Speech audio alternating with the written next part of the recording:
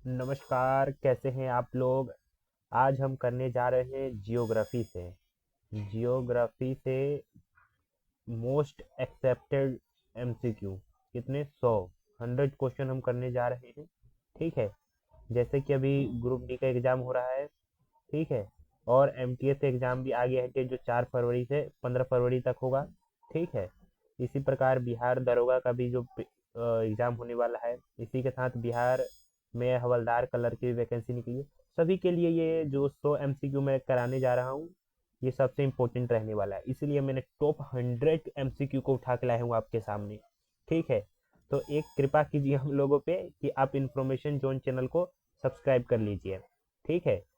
इसी के साथ यहाँ पे सीयूईटी के लिए भी क्लासेस हो रही हैं, जिसमें हमारे पास जो टीचर सीयूईटी में क्रैक कर चुके हैं, ठीक है, फर्स्ट अटेम्प्ट में ही, वो आके यहाँ पढ़ा रहे हैं, जो ड्यू के बड़े बड़े कॉलेजों में, जैसे गार्गी, हिंदू, ठीक है, मिरांडा हाउस, ऐसे ऐसे कॉलेजों में बच्चों ने एडमिशन लिया है, वही टीचर आके यहाँ पे पढ़ा रहे हैं। ठीक है। बिना किसी देरी करते हुए हम अपनी क्लास को यहीं पे शुरू करते हैं। ठीक है। चलिए, आज का हमारा जो पहला प्रश्न है कि क्षेत्रफल की दृष्टि से भारत का विश्व में कौन सा स्थान है? तो भारत में का स्थान विश्व में किसके क्षेत्रफल की दृष्टि से, तो कहेंगे जी सातवां है। कौन सा है? सातवां स्थान है। ठीक है। और दूसरी बात याद रखिए, विश्व की जितनी भी कुल जनसंख्या, मान लीजिए विश्व की कुल 100% जनसंख्या है। ठीक है। विश्व की कुल कितनी? 100% जनसंख्या है। तो 2021 के जनसंख्या के अनुसार भारत का कितना प्रतिशत भारत में है? तो कहेंगे भारत में 18% है। कुल जनसंख्या 100% में से 18% भारत में है। ठीक है। और बात करें हम किसकी, भूमि की, तो मान लीजिए कि विश्व में कुल 100% भूमि है। ठीक। तो भारत में कितनी है? ठीक। तो आप एक बार कमेंट बॉक्स में इसको बताइए, ये आपका आज का होमवर्क रहने वाला है। अगले प्रश्न की तरफ हम बढ़े। तो हमारा अगला प्रश्न है कि भारत का कुल क्षेत्रफल विश्व के कुल कितने भौगोलिक क्षेत्रफल का कितना प्रतिशत है? ठीक है। चलिए, आपका होमवर्क यहीं पे क्लास वर्क बन गया है। ठीक है। तो कितना है? तो कहेंगे 2.4%। और जनसंख्या कितना है? तो जनसंख्या अपना है 18%। ठीक। कर्क रेखा, ट्रॉपिक ऑफ कैंसर, भारत के कितने राज्यों से होकर गुजरती है? तो यह भारत के कुल 8 राज्यों से होकर गुजरती है। कुल कितने? भारत के कुल 8 राज्यों से होकर गुजरती है। ठीक। भारत का सबसे दक्षिण बिंदु, भारत का सबसे दक्षिण बिंदु, साउथर्न मोस्ट पॉइंट कौन सा है? तो कहेंगे जी इंदिरा पॉइंट है। इंदिरा पॉइंट है। ठीक। अगला है कि भारत की सबसे लंबी स्थलीय सीमा किस देश के साथ है? सबसे ज्यादा या सबसे लंबी स्थलीय सीमा किस देश के साथ हमारी लगती है भारत की? तो कहेंगे बांग्लादेश के साथ। बांग्लादेश के साथ। ठीक है। किसके साथ? बांग्लादेश के साथ। और बात को ध्यान दीजिए, जो भारत और पाकिस्तान का जो बॉर्डर है, ठीक है, उसको हम क्या कहा जाता है? LOC, line of control. ठीक है। और जो इंडिया और चीन का बॉर्डर है, उसको कहा जाता है, क्या कहा जाता है? LAC, line actual control. ठीक। भारत यानी इंडिया और अफगानिस्तान की सीमा को क्या कहा जाता है? दुरंड रेखा कहा जाता है। क्या कहा जाता है? दुरंड रेखा। ठीक। और इंडिया और पाकिस्तान का एक और सीमा है जिसे मैकमोहन रेखा के नाम से जाना जाता है। और LOC किसके लिए है?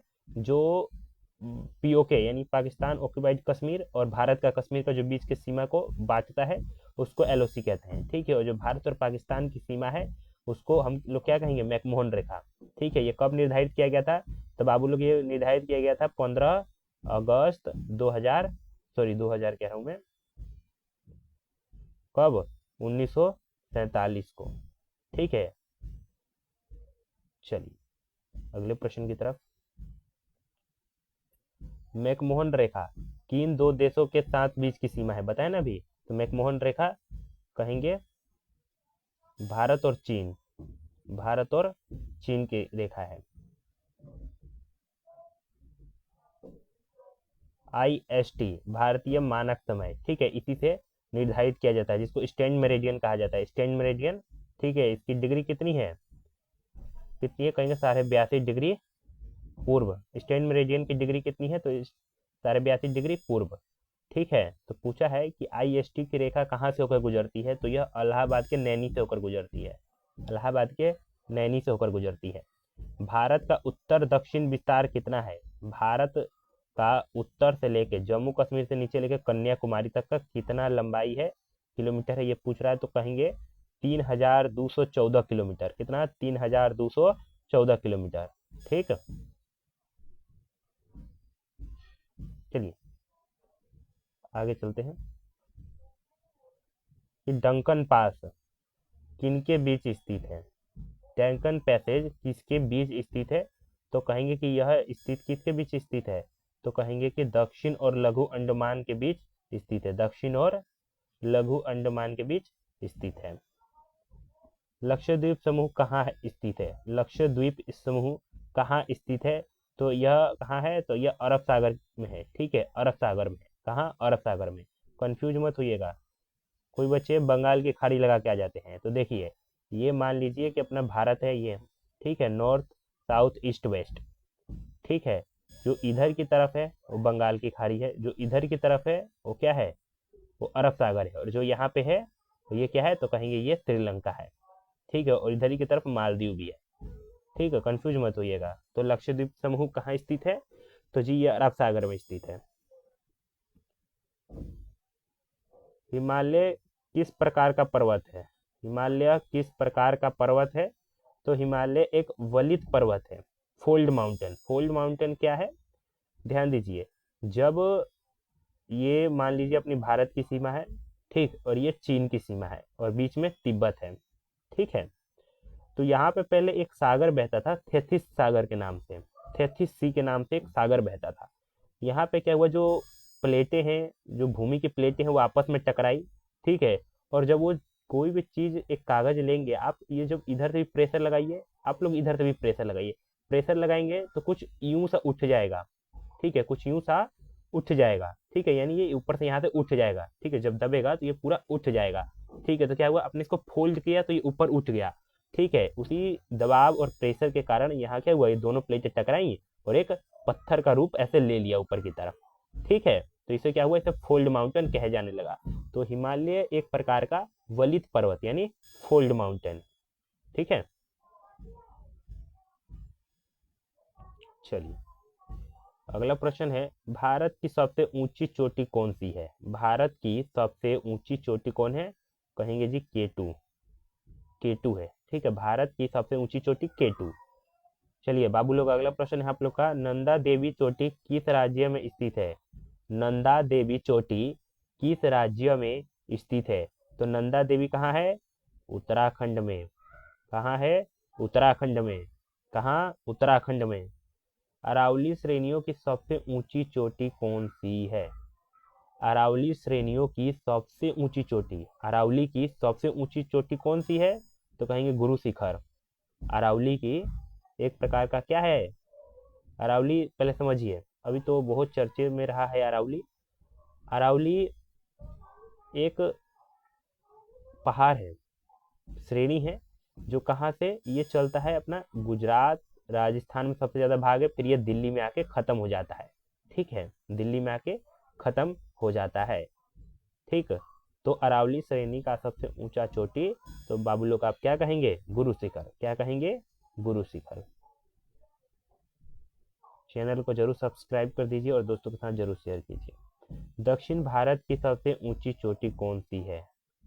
ठीक है, दक्षिण भारत। ठीक है, सबसे नीचे यहाँ केरल है। ठीक, तो यहाँ पे पूछा है कि सबसे ऊंची चोटी कौन सी है दक्षिण में, तो कहेंगे आप लोग क्या कहेंगे कि सबसे ऊंची चोटी है अन्ना अनाईमुडी। अनाईमुडी। पालघाट दर्रे किन दो राज्यों को जोड़ता है? क्या चीज? पालघाट दर्रे किन दो राज्यों को जोड़ता है? तो आप कहेंगे कि यह केरल और तमिलनाडु को जोड़ता है। किसको? केरल और तमिलनाडु को जोड़ता है।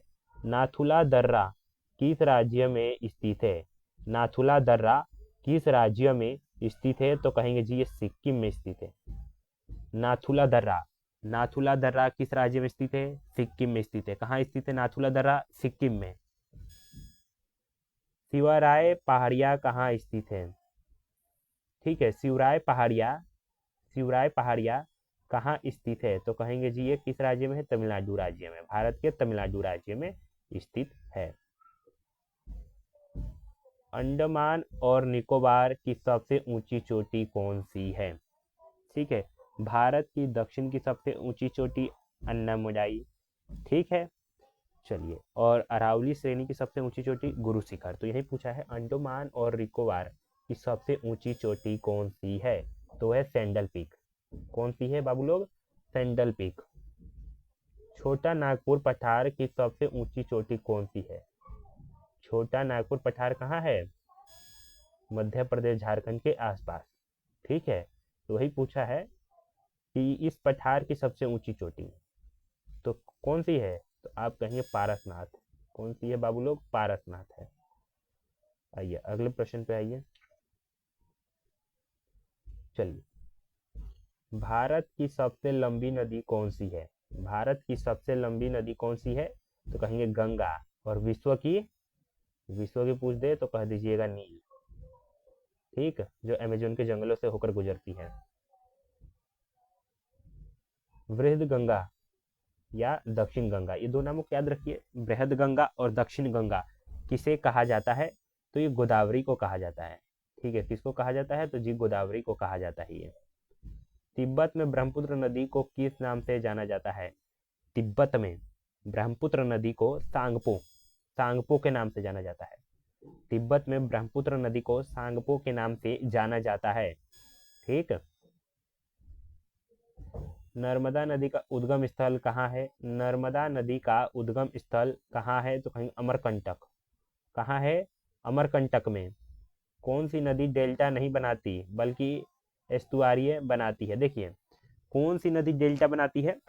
तो जो नदी, जैसे बताया ना, देखिए ये भारत बना लीजिए, उत्तर, दक्षिण, पूरब, पश्चिम, ठीक है। तो जो नदियाँ बंगाल की खाड़ी किधर है? यहाँ पे है। कहाँ? यहाँ पे है, ठीक है, पूरब में है। जो नदियाँ बंगाल की खाड़ी में गिरती हैं, तो ज़्यादातर नदियाँ क्या बनाती हैं? ज़्यादातर नदियाँ डेल्टा बनाती है। और सबसे बड़ी डेल्टा कौन सी है? तो कहेंगे जी सुंदरबन। कौन सी है? सुंदरबन डेल्टा है, ठीक है। कौन सी नदी बनाती है? तो कहेंगे ये ब्रह्मपुत्र नदी, गंगा नदी, ये सब बनाती हैं, ठीक है। तो वही पूछा है कि कौन सी नदी डेल्टा नहीं बनाती बल्कि एस्टुआरी बनाती है। क्या बनाती है? एस्टुआरी। तो कहेंगे ताप्ती नदी है, ठीक है, ये ताप्ती नदी है। हीराकुंड बांध, हीराकुंड बांध किस नदी पर बना है? हीराकुंड बांध किस नदी पर बना है? तो कहेंगे जी ये महानदी पर बना है। कौन सी नदी पर बना है? तो ये महानदी पर बना है। चंबल नदी किस नदी की सहायक नदी है? चंबल नदी किस नदी की सहायक नदी है? तो ये यमुना की है। और गंगा की, गंगा की सबसे लंबी सहायक नदी कौन सी है? तो ये, ठीक है, ये यमुना है। और यमुना की सहायक नदी कौन सी है? तो चंबल है, ठीक। सिंधु नदी का उद्गम कहाँ से होता है? सिंधु नदी का उद्गम आप कहेंगे जी मानसरोवर झील से होता है। कहाँ से होता है जी? मानसरोवर झील से होता है, ठीक। चलिए अगला प्रश्न है, शिव समुद्रम जल प्राप्त, ठीक है, जलप्रपात किस नदी पर स्थित है? जो शिव समुद्रम जलप्रपात है वो किस नदी पर स्थित है? तो जी आप कहेंगे कावेरी नदी पे। देखिए आप लोग भूलिएगा नहीं, चैनल को जरूर सब्सक्राइब कर दीजिए, वीडियो को लाइक कर दीजिए और दोस्तों के साथ जरूर शेयर कीजिएगा, ठीक है, कि आप लोगों के दोस्तों का भी भला हो जाए। धुआंधार जलप्रपात किस नदी पर है? तो देखिए, शिव समुद्रम जलप्रपात कावेरी नदी पर है। धुआंधार, धुआंधार जलप्रपात नदी किस पर है? तो कहेंगे जी नर्मदा पे है। किस पे है? तो नर्मदा पे है। भारत की सबसे बड़ी मीठे पानी की झील कौन सी है? देखिए क्या पूछा है आप लोगों से, पूछा है कि भारत की सबसे मीठे पानी की झील, बड़ी, सबसे बड़ी मीठे पानी की झील, तो आप कहेंगे जी वुलर झील, ठीक है। बताइए जी ये कौन से भारत के राज्य में है? ठीक है। चिल्का झील किस राज्य में स्थित है? चिल्का झील किस राज्य में है? तो ये जी उड़ीसा में स्थित है। लोकतक झील, लोकतक झील किस राज्य में स्थित है? तो यह स्थित किस राज्य में है? तो कहेंगे जी मणिपुर में है। कहाँ है? लोकतक झील मणिपुर में है। भारत में सबसे अधिक वर्षा किस स्थान पर होती है? तो भारत में सबसे अधिक वर्षा मानसीराम स्थान पे होती है। ठीक है, चलिए अगला है कि भारत में काली मिट्टी को किस नाम से जाना जाता है? भारत में काली मिट्टी को रेगुर मिट्टी के नाम से भी जाना जाता है। ठीक है, किस नाम से जाना जाता है? तो यह रेगुर मिट्टी के नाम से भी जाना जाता है। कपास की खेती के लिए सबसे उपयुक्त मिट्टी कौन सी है? कपास की खेती के लिए काली मिट्टी सबसे ज्यादा उपयुक्त है। और लेटराइट मृदा में क्या उगाया जाता है? तो जी काजू उगाया जाता है लेटराइट मृदा में। ठीक है, बच्चे इनमें कंफ्यूज रहते हैं। पुरानी जलोढ़ मिट्टी को क्या कहते हैं? तो कहेंगे जी बांगर। ठीक है, और नई जलोढ़ मृदा को खादर। ठीक है, और पुरानी को बांगर और नई को खादर। ये आगे नहीं यहाँ पे कि काजू की खेती के लिए कौन सी मिट्टी उपयुक्त है? तो कहेंगे जी लेटराइट मृदा उपयुक्त है। भारत में वन अनुसंधान संस्थान FRI, ठीक है, कहाँ स्थित है? तो ये देहरादून में है। कहाँ है जी? देहरादून में। सुंदरवन के जंगलों को क्या कहा जाता है? सुंदरवन के जंगलों को क्या कहा जाता है? तो आप कहेंगे मैंग्रोव कहा जाता है। क्या कहा जाता है? मैंग्रोव। झूम क्या है? झूम एक प्रकार की खेती है। ठीक है, जो पूर्व उत्तर पूर्वी भारत में किया जाता है ये। ठीक है, ये एक प्रकार की क्या है? खेती है। ये बहुत ही प्रकार की खेती है और ये बहुत ही पुरानी है। ठीक है, जो झूम खेती है बहुत सदियों से होती आ रही है। ठीक है, अंग्रेजों के पहले से भी होती आ रही है यह खेती। चलिए अगला है श्वेत क्रांति के बारे में। श्वेत क्रांति का संबंध किससे है? तो आप कहेंगे जी ये दूध से संबंधित है। किससे संबंधित है? तो यह दूध से संबंधित है। चलिए अगला प्रश्न है, ऑपरेशन फ्लड के सूत्रधार कौन थे? ऑपरेशन फ्लड के ऑपरेशन फ्लड के सूत्रधार कौन थे? तो कहेंगे जी डॉक्टर विग्राज कुरियन। ठीक है, चलिए अगला है, भारत में सबसे बड़ा चाय उत्पादक राज्य कौन सा है? असम। ठीक है, चलिए यही सब प्रश्न आता है, घबराइएगा नहीं पेपर देते वक्त, क्योंकि ज्योग्राफी आप इंफॉर्मेशन जोन से पढ़ रहे हैं। ठीक है, रबी की फसल कब बोई जाती है? रबी की फसल कब बोई जाती है? तो यह बोई जाती है अक्टूबर और नवंबर में। ठीक है, चलिए कब बोई जाती है? अक्टूबर और नवंबर में। और काटी कब जाती है? तो कहेंगे जी मार्च मार्च और अप्रैल के बीच में काटी जाती है इसे। चलिए अगला प्रश्न है,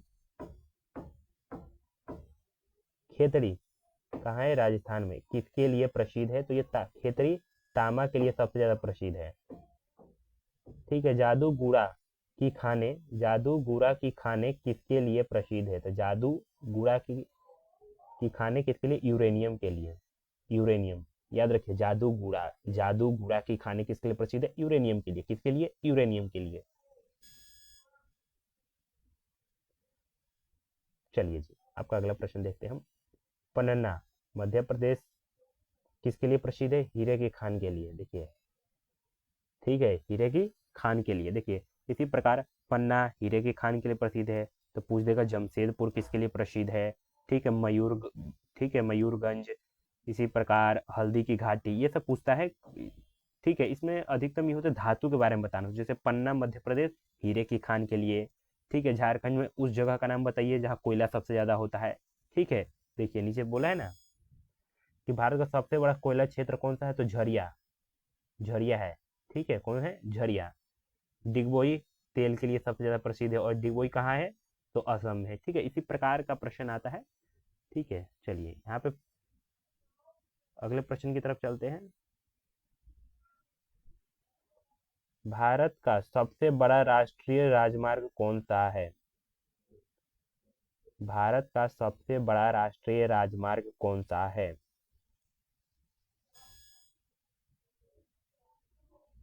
ठीक है, तो आप कहेंगे NH 44, नेशनल हाईवे। ठीक है, नेशनल हाईवे 44 जो है और भारत का सबसे बड़ा राष्ट्रीय राजमार्ग है। भारत में पहली रेलवे लाइन कब शुरू की गई थी? भारत में सबसे पहले रेलवे लाइन कब शुरू की गई थी? तो ये 1893 में बम्बई से ये ठाणे चली थी। ठीक है, लगभग 19 अप्रैल या 13 अप्रैल 1893 को बम्बई से ठाणे तक चली थी। 14 डिब्बों वाली ये रेलगाड़ी थी। जवाहरलाल नेहरू बंदरगाह, ठीक है, ये कहाँ स्थित है? तो यह महाराष्ट्र के मुंबई में स्थित है। ठीक है। कंडाला बंदरगाह का नाम, नया नाम क्या है?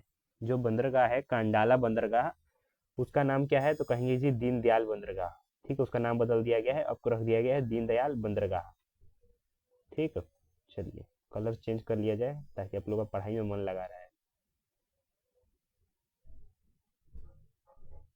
चलिए अगला प्रश्न है, राष्ट्रीय जल मार्ग नेशनल वाटरवे एक कहाँ से कहाँ तक है? तो यह है प्रयागराज से हल्दिया। कहाँ से कहाँ तक? प्रयागराज से हल्दिया। याद करिए, राष्ट्रीय जल मार्ग एक कहाँ से कहाँ तक? प्रयागराज से हल्दिया। राष्ट्रीय जल मार्ग एक कहाँ से कहाँ तक? प्रयागराज से हल्दिया तक है। ठीक। राजा सांसी अंतर्राष्ट्रीय हवाई अड्डा कहाँ है? तो यह हवाई अड्डा अमृतसर में है। याद रख लीजिएगा, कहाँ? अमृतसर में। भारत में वायु परिवहन की कब शुरुआत हुई थी? तो रेलगाड़ी की तो कहेंगे 1853। ठीक। तो भारत में वायु परिवहन की शुरुआत कब भई रहल? तो आप लोग कहेंगे 1911 में भई रहल। ठीक बा। चलिए अगले प्रश्न की तरफ चलते हैं। दक्षिण मध्य रेलवे का मुख्यालय कहाँ है? ठीक। दक्षिण मध्य रेलवे, दक्षिण, ठीक है, साउथ सेंट्रल का मुख्यालय कहाँ है? तो यह सिकंदराबाद में है। कहाँ है? सिकंदराबाद में। ये जितना भी ज्योग्राफी या प्रश्न लाया हूँ मैं अपनी तरफ से नहीं लेके आया हूँ। जो भी एसएससी, एनटीपीसी, ठीक है, आरआरबी, इन सब में पूछा गया वही प्रश्न है जो बार बार रिपीट होते हैं। ठीक है। स्वर्ण चतुर्भुज, गोल्डन क्वाड्रिलेटरल परियोजना किससे संबंधित है? तो ये सड़क से संबंधित है। ठीक है, इसमें क्या हो गया कि दिल्ली से सड़क जाएगी कहाँ से कहाँ तक? कोलकाता। ठीक है, और यहाँ से दिल्ली, इधर की तरफ से दिल्ली में मुंबई तक। ठीक है, इसी प्रकार इसे स्वर्ण चतुर्भुज कहा जाता है। ठीक है, ये सड़क से संबंधित है, जल से नहीं है, वायु से नहीं है, रेल से नहीं है। भारत का सबसे गहरा बंदरगाह कौन सा है? सबसे गहरा बंदरगाह कौन सा है? तो यह विशाखापत्तनम में है। ठीक है, वो विशाखापत्तनम है। चलिए, जिम्स कॉर्बेट नेशनल पार्क कहाँ स्थित है? कहाँ स्थित है? तो यह उत्तराखंड में है। कहाँ है? उत्तराखंड में। काजीरंगा, जरा एक बार उत्तराखंड की राजधानी बताइए क्या है, कमेंट बॉक्स में बताइए। काजीरंगा नेशनल पार्क किसके लिए प्रसिद्ध है? तो काजीरंगा नेशनल पार्क जी एक सींग वाला गेंडा के लिए प्रसिद्ध है।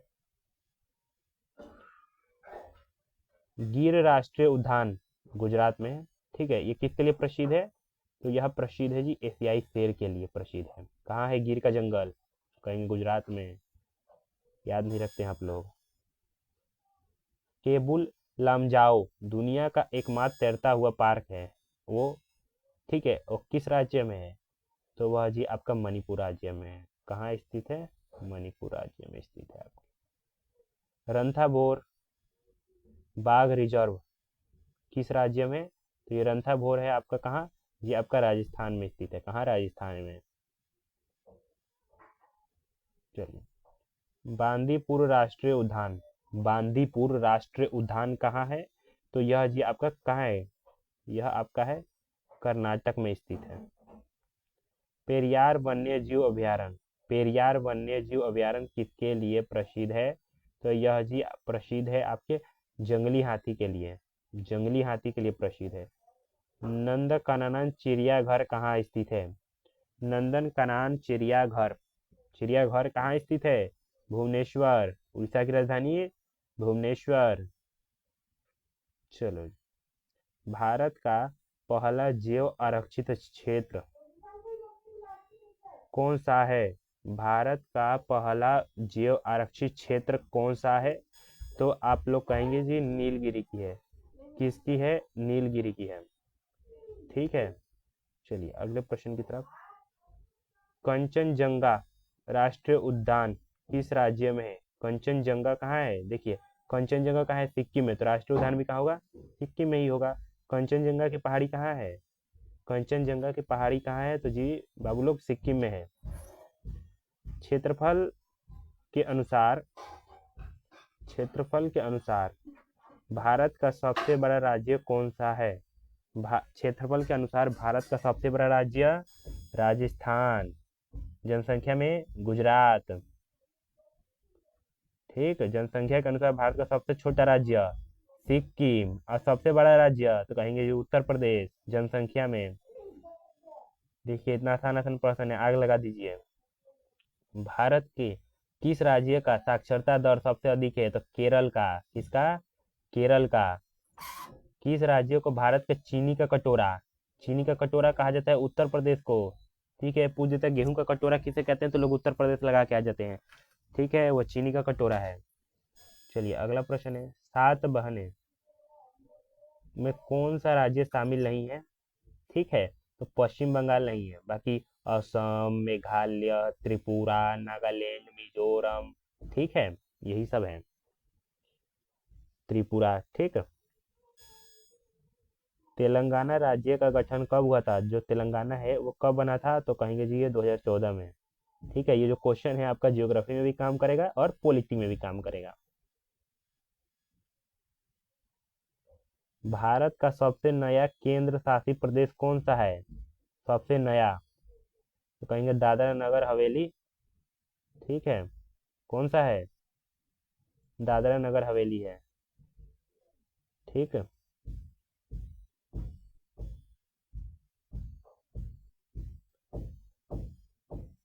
कवारती किस केंद्र शासित प्रदेश की राजधानी है? तो लक्षद्वीप की। वेरी इंपॉर्टेंट क्वेश्चन है ब्रो ये। ठीक है, किसकी राजधानी है? कवारती, तो लक्षद्वीप की राजधानी है। ठीक है, चलिए अगला है, भारत का सबसे पूर्वी राज्य कौन सा है? तो अरुणाचल प्रदेश। इसकी राजधानी तो कहेंगे जी ईटानगर है जी। क्या है? ईटानगर। चलिए 80वां प्रश्न देखते हैं कि सिलवासा किसकी राजधानी है? तो सिलवासा दादर और नगर हवेली की। लक्षद्वीप की क्या है? अमरावती की कवारती, तो कहेंगे जी कावारती है। ठीक है, चलिए अगला है, भाखड़ा नागला परियोजन किस नदी पर है? भाखड़ा नागल परियोजन किस राज्य पे है? तो कहेंगे जी सतलुज राज्य पे है। कहाँ है? सतलुज। भारत में मिट्टी का सबसे व्यापक वर्ग कौन सा है? भारत में मिट्टी का सबसे व्यापक, सबसे ज्यादा कौन सा है? जलोढ़ मिट्टी। सबसे ज्यादा जलोढ़ मिट्टी है उत्तर भारत में। बात को याद रखिए बाबू लोग। गुलाबी क्रांति किसके लिए संबंधित है? तो प्याज झींगा मछली के लिए। हरिहर क्रांति और श्वेत क्रांति दूध के लिए है। ठीक, और हरिहर क्रांति, ठीक है, जिसे ग्रीन रेवोल्यूशन कहते हैं। ठीक, हमारे गांव में ग्रीन को हरिहर कहते हैं। ठीक है, इसलिए कह रहा हूँ हरिहर क्रांति। ठीक है, यह किससे संबंधित है? यह फसल से संबंधित है। सलाल जल विद्युत परियोजना किस नदी पर है? सलाल जल विद्युत परियोजना किस नदी पर स्थित है? तो आप कहेंगे जी यह चिनाब पे है। कहाँ है? चिनाब में है। मंगलोर बंदरगाह किस राज्य में स्थित है? मंगलोर बंदरगाह कहाँ स्थित है? तो ये बाबू लोग कर्नाटक राज्य में स्थित है। मंगलोर, मंगलोर जो एक शहर है वो कर्नाटक में, तो बंदरगाह वहीं पे ना होगा। अमरकंटक में कौन सी नदी निकलती है? तो अमरकंटक में नर्मदा, सोन, जोहिला। कौन कौन सी? नर्मदा, सोन और जोहिला, ये तीनों नदियां अमरकंटक से निकलती हैं।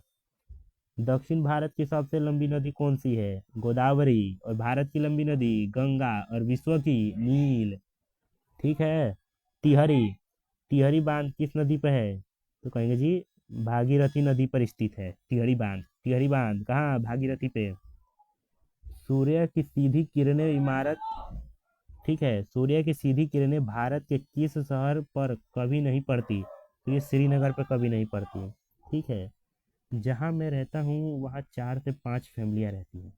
ठीक है, इसी प्रकार आवाज़ का इशू रह जाता है। बैकग्राउंड इमेज को आप इग्नोर करिएगा, क्योंकि बात बोला नहीं जाता, मतलब बोल नहीं सकते कि आप लोग शांत हो जाइए। ठीक है, कहेंगे कि ज़्यादा यूट्यूबर बन रहा है। ठीक है, तो चलिए आप प्रश्नों पर ध्यान दीजिए, मैं तेज बोल रहा हूँ। अंडमान को निकोबार से कौन सा चैनल द्वारा अलग किया जाता है? तो 10 डिग्री। ठीक है, किसे? 10 डिग्री से बाबू लोग। नीलगिरी पर्वतमाला की सबसे ऊंची चोटी कौन सी है? सबसे ऊंची चोटी कौन सी है? तो कहेंगे जी डोडा बेटा। डोडा बेटा। नीलगिरी की पर्वत की सबसे ऊंची चोटी कौन सी है? डोडा बेटा। अरावली की गुरु शिखर। ध्यान दीजिए, ध्यान दीजिए। चलिए, भारत के किस राज्य में सबसे अधिक वन क्षेत्र प्रतिशत में? प्रतिशत में क्या हटाइए इसको। सबसे अधिक वन क्षेत्र कहाँ, किस राज्य में है? तो कहेंगे जी मिजोरम में। प्रतिशत में देखा जाए तो मिजोरम में, और मध्य प्रदेश में क्षेत्रफल में ज़्यादा है। ठीक है। नाथपा झकारी जल विद्युत परियोजना किस राज्य में है? नाथपा झकारी जल विद्युत परियोजना किस राज्य में स्थित है? तो बाबू लोग यह है हिमाचल प्रदेश में स्थित है। कहाँ? हिमाचल प्रदेश में स्थित है। चलिए अगला है, नागा अर्जुन सागर बांध किस नदी पर स्थित है? नागा अर्जुन सागर बांध किस नदी पर स्थित है? तो जी यह कृष्णा नदी पर स्थित है। भारत में सबसे बड़ा सौर ऊर्जा संयंत्र किस राज्य में है? तो सबसे ज्यादा कहाँ है सबसे बड़ा सौर ऊर्जा का? तो कहेंगे राजस्थान, भादला जिला में। Bhadla solar park. Bhadla solar park. Bodh Bodh गया। ठीक है, बोध गया किस नदी के किनारे स्थित है? बोध गया स्थित है फल्गु नदी के किनारे। ठीक है, निरंजना। चलिए लास्ट थर्ड क्वेश्चन, सतपुड़ा और विंध्या पर्वत के बीच कौन सी नदी बहती है? तो सतपुड़ा और विंध्या के बीच नर्मदा नदी। बाबू लोग नर्मदा नदी। भारत का एकमात्र सक्रिय ज्वालामुखी। भारत का, विश्व का नहीं पूछा है, भारत का। बैरन द्वीप। अभी आप इथोपिया का तो देखे ही होंगे ज्वालामुखी। ठीक है, भारत का पिट्सबर्ग किसे कहा जाता है? भारत का पिट्सबर्ग जमशेदपुर को। ठीक है, बोला था ना कि जमशेदपुर किसके लिए प्रसिद्ध है? भिलाई, दुर्गापुर। ठीक है, राउरकेला किसके लिए प्रसिद्ध है? सब पूछता है। चलिए लास्ट प्रश्न है, धनुषकोडी कहाँ स्थित है? धनुषकोडी कहाँ स्थित है? तो आप लोग कहेंगे जी तमिलनाडु में। ठीक है, चलिए चैनल को जरूर सब्सक्राइब कर दीजिए। ठीक है, आप लोग को एक सब्सक्राइब से मुझे मोटिवेशन मिलता है। इसी प्रकार टॉप क्वेश्चन मैं आपके लिए लेके आऊँगा। बस भाई लोग इस चैनल को सब्सक्राइब कर दीजिए और इस चैनल को लाइक कीजिए। धन्यवाद। मिलते हैं आपके साथ अगले वीडियो में।